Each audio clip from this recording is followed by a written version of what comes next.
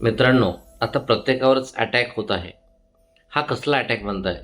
आम्ही सेफ आहोत. मित्रांनो, नाही आहेत आपण सेफ. आपला जो मोबाईल आहे ना, त्याच्यावरती दिवसभरामध्ये अनेक अशा गोष्टी येतात, की ज्या आपल्याला माहितीसुद्धा नाहीत.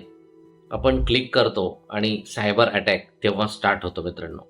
म्हणून पहिल्यांदा ही गोष्ट लक्षात ठेवायची आहे, की अत्यंत कमी प्रमाणामध्ये, की आपल्याला मोबाईल तर वापरायचा आहेच आहे. परंतु आलेले मेसेजेस, आलेल्या अनेक गोष्टी आहेत, की त्याच्यामध्ये आपण जातो आणि त्याला ओपन करायचा प्रयत्न करतो. मित्रांनो, काही आवश्यकता नाही आहे. एखादा कॉल आला, ठीक आहे, तो रिसीव्ह करा. परंतु तोही अननोन नंबरवरून येत असेल, तर तेही ओळखता आलं पाहिजे आपल्याला, की आता तुम्हाला मला सर्वांनाच याची सवय झाली किंवा आपण जागरूक पण झालो. पण अनेक जण फसतसुद्धा आहेत.